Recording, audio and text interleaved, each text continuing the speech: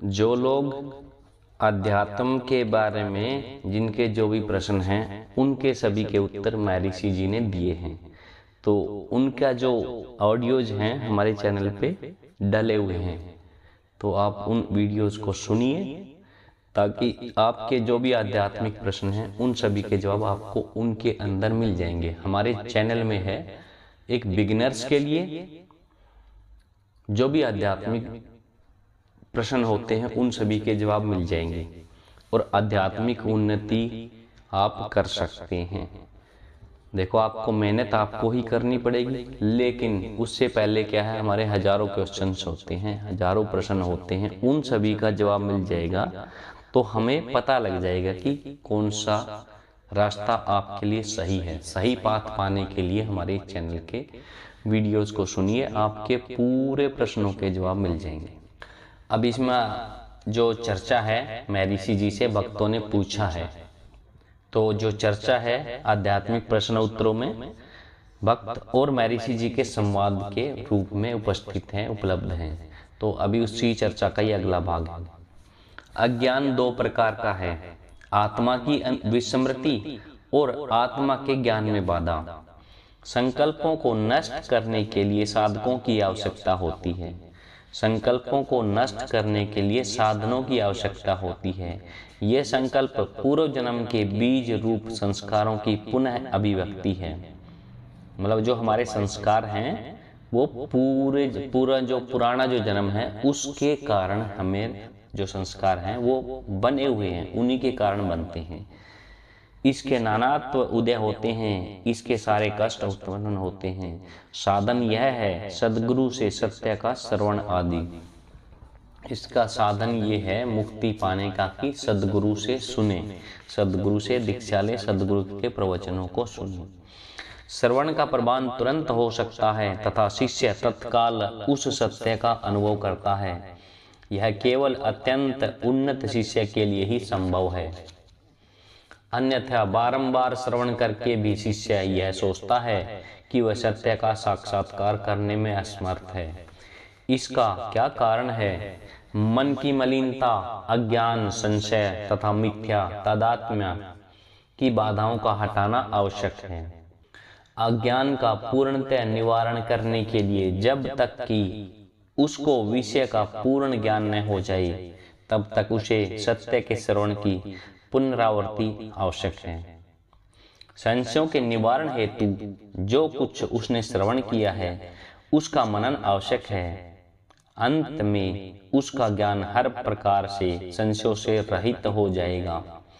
आत्मा को भ्रांतिवश अनात्मा, देह, इंद्रिय समूह, मन तथा बुद्धि मान लेने की मिथ्या धारणा निवारण हेतु मन को एकाग्र करना आवश्यक है।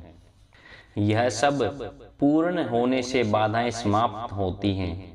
इसके फलस्वरूप समाधि होती है, अर्थात शांति का साम्राज्य होता है।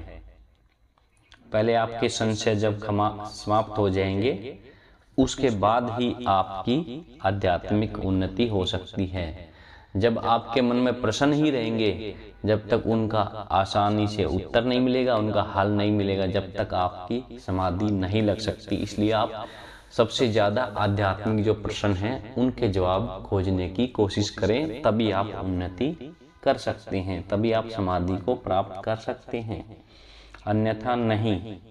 कुछ लोग कहते हैं कि व्यक्ति को श्रवण, मनन तथा निधिध्यासन कदापि बंद न करना चाहिए। ग्रंथों के अध्ययन से इनकी प्राप्ति नहीं होती, अपितु केवल मन को निरंतर पीछे हटाने के प्रयास से इनकी प्राप्ति होती है। साधक कृतोपासक हो सकता है अथवा अकृतोपासक। पहला अत्यंत सुलभ प्रेरणा से भी आत्म साक्षात्कार करने में समर्थ है। उसके मार्ग में केवल तनिक सा संशय रुकावट करता है। यदि वह सद्गुरु से सत्य का श्रवण कर एक बार कर ले तो संशय सरलता से दूर हो जाते हैं। उसे तुरंत ही समाधि की अवस्था प्राप्त हो जाती है। ऐसा माना जाता है कि उसने पहले ही पूर्व जन्मों में श्रवण, मनन आदि की पूर्णता कर ली है। अब वे इसके लिए आवश्यक नहीं है। दूसरों के लिए इन समस्त साधनों की आवश्यकता है। बारंबार श्रवण करने के उपरांत भी उसको संशय आ घेरते हैं। अतः जब तक समाधि की अवस्था प्राप्त न हो जाए, साधन नहीं छोड़ने चाहिए। श्रवण से आत्मा देह आदि से तादात्म्य की भ्रांति दूर हो जाती है। मनन से स्पष्ट हो जाता है कि ज्ञान आत्मा है। निधि ध्यान से स्पष्ट हो जाता है कि आत्मा अंततः है एवं आनंद है। एक भक्त ने महर्षि से एक सुपरिचित व्यक्ति द्वारा दिए गए असंतोषजनक वक्तव्यों की चर्चा की। महर्षि ने कहा, मैं उसे ऐसा करने की अनुमति देता हूँ। मैंने पहले से ही उसे अनुमति दे दी। वह इस प्रकार और अधिक करे। दूसरे भी ऐसा कर सकते हैं। वे मुझे अकेला छोड़ दे। ऐसी सूचनाओं के कारण यदि मेरे पास कोई भी न आए तो मैं उसे अपने प्रति की गई बहुत बड़ी सेवा मानूंगा। इसके अतिरिक्त यदि वह मेरे संबंध में अपमानजनक बातें पुस्तकों में प्रकाशित कर उनकी बिक्री से धन उपार्जन करें तो वास्तव में उत्तम है। इस प्रकार की पुस्तकें अन्य पुस्तकों की अपेक्षा और अधिक शीघ्र तथा भारी संख्या में बिकती हैं। मिस मेयो की पुस्तक को देखो, वह भी ऐसा ही क्यों न करें। वे मेरे अत्यधिक उपकार कर रहे हैं। ऐसा कहकर महर्षि जी हंसने लगे। जब महर्षि अकेले थे तब इस विषय का प्रसंग फिर उठा। अपने अविचार पूर्ण कार्य से आरोप लगने वाले संकट आया हुआ प्रतीत होता है।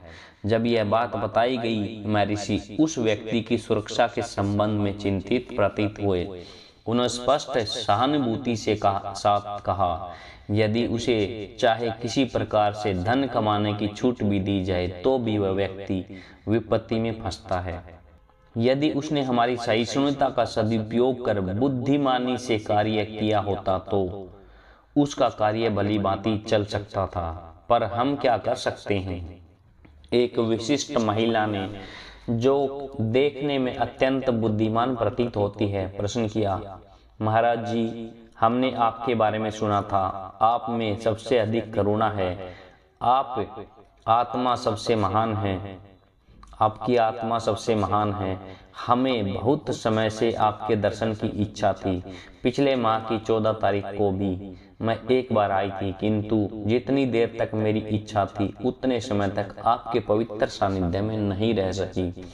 एक महिला, और वह भी युवा होने के कारण, इतने अधिक पुरुषों के बीच शीघ्र ही घबरा गई और अधिक न रुक सकने के कारण ही एक दो सरल प्रश्न करके चल दी। देश के हमारे भाग में ऐसे पवित्र पुरुष नहीं हैं। मैं जो कुछ चाहती हूँ वह सब कुछ होने से मैं सुखी हूँ, किंतु मुझे मन की शांति नहीं है जिससे आनंद प्राप्त होता है। आपके आशीर्वाद से मैं वह शांति पा सकूं, इसलिए अब मैं यहाँ उपस्थित हुई हूँ। महर्षि जी कहते हैं, भक्ति से तुम्हारी इच्छा पूर्ण होगी। भक्त कहते हैं, मैं जानना चाहती हूँ कि वह शांति किस प्रकार प्राप्त कर सकती हूँ। कृपया मेरा मार्गदर्शन करने का अनुग्रह करें। महर्षि, हाँ, भक्ति तथा समर्पण। भक्त, क्या मैं भक्त होने के योग्य हूँ? महर्षि, प्रत्येक भक्त हो सकता है। आध्यात्मिक पथ सबको सुलभ है और किसी को भी उससे वंचित नहीं किया गया है। व्यक्ति चाहे वृद्ध हो अथवा युवा, पुरुष हो अथवा स्त्री। भक्त, मैं वास्तव में यह जानना चाहती हूँ कि मैं युवा हूँ तथा गृहिणी हूँ। गृहस्थ धर्म के कुछ कर्तव्य हैं। क्या ऐसी स्थिति में भक्त संगत है? महर्षि, निश्चय ही तुम क्या हो? तुम देह नहीं हो, तुम शुद्ध ज्ञान स्वरूप हो। गृहस्थ धर्म तथा जगत उस शुद्ध चैतन्य पर प्रतीत होने वाले केवल दृश्य मात्र हैं। वह चैतन्य अप्रभावित है। तुम्हारा निज का स्वरूप जैसा है वैसा रहने में क्या बाधा है? भक्त, महर्षि के उपदेश की पद्धति की पहले से ही जानकारी है। यह आत्मा की खोज करना है। फिर भी मुझे संशय बना रहता है कि क्या इस प्रकार की खोज गृहस्थ जीवन में अनुकूल है। महर्षि आत्मा सदैव है, वह तुम वही हो, तुमसे भिन्न कुछ नहीं है, तुमसे पृथक कुछ नहीं हो सकता। अनुकूलता तथा प्रतिकूलता का प्रश्न ही नहीं उठता। भक्त, मैं अधिक स्पष्ट करूंगी, यद्यपि मैं अपरिचित हूँ, फिर भी मुझे अपनी चिंता का कारण व्यक्त करना ही है। मुझे ईश्वर से संतान सुख भी दिया है। गत फरवरी में एक लड़का एक अच्छे ब्रह्मचारी का देहावसान हो गया। मैं शोक संतप्त हो गई, इस जीवन से उब गई। मैं अपना जीवन आध्यात्मिक बनाना चाहती हूँ, किंतु मेरे गृहिणी के कर्तव्य मुझे एकांत में रहने नहीं देते। इस कारण मुझे संशय हुआ है। महर्षि, एकांत का अर्थ है आत्मा में स्थिर रहना, अधिक कुछ भी नहीं। इससे न तो एक प्रकार के वातावरण को त्याग कर अन्य प्रकार के वातावरण में चले जाने का अभिप्राय है, और न स्थूल जगत को त्याग कर मानसिक जगत में प्रवेश करने का। पुत्र का जन्म एवं उसकी मृत्यु आदि केवल आत्मा में दृष्टिगोचर होते हैं। सुषुप्ति की अवस्था का स्मरण करो। क्या तुम्हें कुछ होने का बोध था? यदि पुत्र अथवा जगत सत्य हो तो सुषुप्ति में इन्हें तुम्हारे साथ क्यों उपस्थित न रहना चाहिए? सुषुप्ति में तुम स्वयं के अस्तित्व को इनकार नहीं कर सकते। तुम इस बात से भी इनकार नहीं कर सकते कि तुम दुखी थे, तुम सुखी थे। अब बातें करने वाले एवं संशय करने वाले तुम ही वही व्यक्ति हो। तुम्हारे अनुसार तुम सुखी नहीं हो, किंतु सुषुप्ति में तुम सुखी थे। इस बीच में सुषुप्ति के सुख को नष्ट करने के लिए क्या बात हो गई? वह अहंकार का उदय है। जागृत अवस्था में यह नई वस्तु उदय हो गई। सुषुप्ति में अहंकार का अस्तित्व नहीं था। अहंकार का जन्म ही व्यक्ति का जन्म कहा जाता है, अन्य किसी प्रकार का जन्म नहीं है। जिसका जन्म है उसकी मृत्यु अवश्यंभावी है। अहंकार को मार दो, जिसका एक बार मरण हो गया उसके फिर मरने का भय नहीं। अहंकार की मृत्यु के उपरांत भी आत्मा अवशेष रहती है। यही आनंद है, यही अमरत्व है। भक्त, यह कैसे हो? महर्षि, यह देखो कि यह संशय किसको है। संशय करता कौन है? विचार करने वाला कौन है? वह अहंकार है। इसे पकड़ो, अन्य विचार नष्ट हो जाएंगे, शुद्ध अहम रह जाएगा। देखो, अहम का उदय कहाँ से होता है? वह शुद्ध चैतन्य है। भक्ति, यह कठिन प्रतीत होता है। क्या हम भक्ति मार्ग से प्रारंभ कर सकते हैं? क्या हम भक्ति मार्ग से प्रारंभ करें? महर्षि, यह व्यक्तिगत स्वभाव तथा साधन के अनुसार है। भक्ति एवं विचार एक ही हैं। भक्त, मेरा अभिप्राय ध्यान से है। महर्षि, हाँ, ध्यान आकृति पर होता है, इससे अन्य संकल्प निकल जाते हैं। केवल ईश्वर का विचार अन्य विचारों पर प्रभुत्व रखेगा, यही एकाग्रता है। इस प्रकार ध्यान का भी वह लक्ष्य है जो विचार का है। भक्त, क्या हम ईश्वर को साकार रूप में नहीं देख सकते? महर्षि, हाँ, ईश्वर दर्शन मन में होता है। साकार दर्शन संभव है, फिर भी यह भक्त के मन में ही है। ईश्वर के आकार तथा रूप का दर्शन भक्त के मन के द्वारा ही निर्धारित होता है, किंतु यह अंतिम अवस्था नहीं है। इसमें द्वैत का भाव रहता है। यह स्वप्न के दृश्य के समान है। ईश्वरानुभूति के पश्चात विचार प्रारंभ होता है। इसका परिणाम आत्मा का साक्षात्कार है। विचार ही अंतिम मार्ग है। यह ठीक है कि कुछ विचारों को व्यवहारिक समझते हैं, दूसरों को भक्ति सुगम प्रतीत होते हैं। भक्त, क्या श्री ब्रंटन ने आपको लंदन में नहीं देखा था? क्या वह केवल स्वप्न था? महर्षि, हाँ, उन्हें दर्शन हुआ था। उन्होंने मुझे अपने मन में देखा था। भक्त, क्या उन्होंने यह स्पष्ट आकार नहीं देखा था? महर्षि, हाँ, किंतु अपने मन में। भक्त, मैं आत्मा तक किस प्रकार पहुंचूंगी?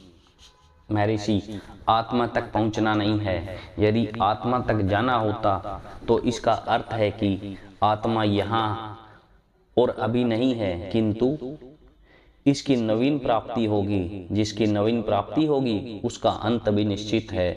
इस प्रकार यह अस्थाई होगा। जो स्थायी नहीं है वह प्राप्त करने के योग्य नहीं है। इसलिए मैं कहता हूँ कि आत्मा तक पहुँचना है नहीं, तुम आत्मा हो, तुम वही हो। सही बात है कि तुम अपने आनंद स्वरूप से अनभिज्ञ हो। परमात्मा अकस्मात आकर पूर्ण आनंद को आवृत कर लेता है। इस अज्ञान को हटाने के लिए ही प्रयास किए जाते हैं। यह अज्ञान मिथ्या ज्ञान से युक्त है। शरीर और मन आदि का आत्मा से तादात्म्य ही मिथ्या ज्ञान है।